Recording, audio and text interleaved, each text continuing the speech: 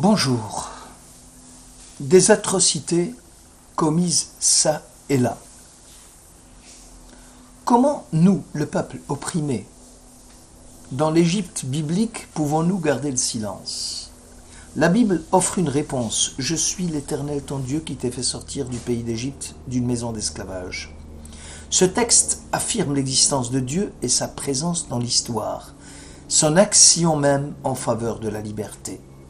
Le commandement qui suit « Tu n'auras pas d'autre Dieu que moi » signifie « Gardez-vous d'adorer un homme qui se présenterait comme étant votre libérateur et conservez en tout temps, en tout lieu votre liberté. » On rejoint ici une inquiétude actuelle. Comment, pour tant de peuples, comme le printemps arabe, une libération a-t-elle pu aboutir à d'autres dictatures? Le récit biblique peut aiguillonner notre recherche. Moïse ne s'est jamais présenté comme un sauveur de son peuple. C'est d'abord un passionné de justice. Il se proclame serviteur de Dieu. Il ne concentre pas tous les pouvoirs entre ses mains. Son frère est prêtre. Les 70 anciens sont des juges. Or, que voyons-nous dans les pays décolonisés d'Afrique, du Moyen-Orient? Le libérateur devient le dictateur et supprime tous ses opposants, voire même ses compagnons de lutte. La seule pensée tolérée est la sienne. Le nouveau maître encensé devient l'idole et les manifestations de masse concourent à la célébration de son culte. Dictature et idolâtrie vont généralement de pair. Le peuple n'est-il pas aussi responsable? Longtemps tenu en esclavage, n'a-t-il pas besoin d'un maître qui lui dicte ses moindres actions? Malgré la libération des Hébreux, certains aussi regrettaient les conforts de la servitude en Égypte.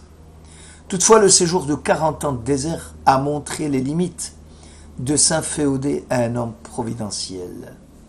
L'affranchissement des Hébreux doit servir de message de transmission de la liberté aux autres peuples assoiffés de liberté.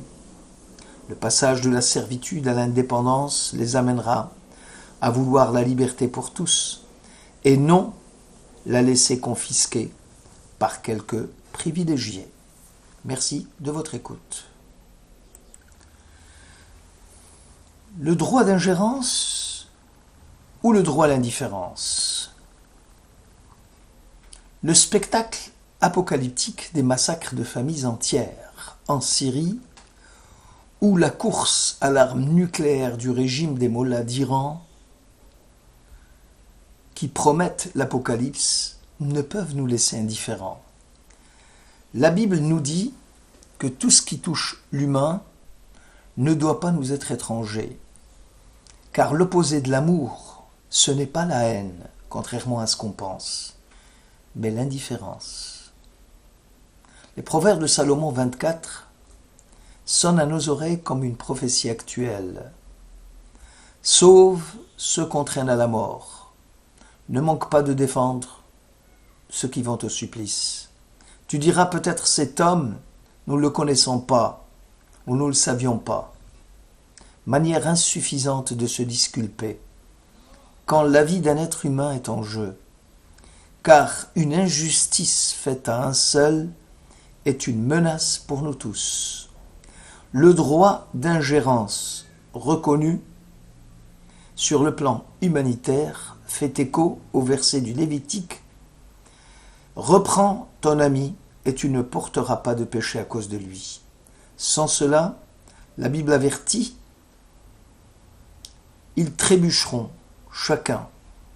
Ce que nous enseigne, c'est que nous tous, nous sommes responsables les uns des autres. Il s'agit des cas où on aurait pu s'opposer au mal et où on ne l'a pas fait. Chacun de nous est responsable dans la mesure de son pouvoir et de son influence.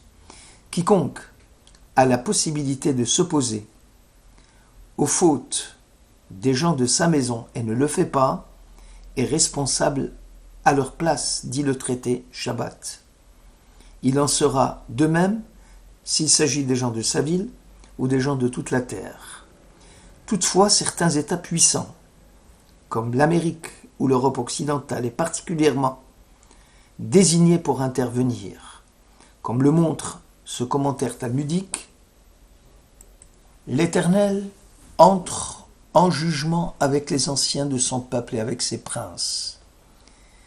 Si les princes pêchent, en quoi est-ce la faute des anciens? En ce qu'ils ne se sont pas opposés à eux. La responsabilité des États, celle des notables, celle des élites, est engagée alors que le monde retient son souffle devant le massacre des populations civiles et de la course à l'arme atomique entre les mains des illuminés chiites iraniens qui attendent l'Apocalypse pour voir émerger le Mehdi, leur sauveur.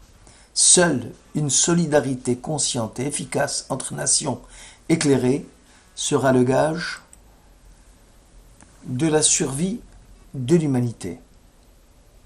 Personne n'est tombé tant qu'un seul sera debout, écrivait Victor Hugo. Merci de votre écoute.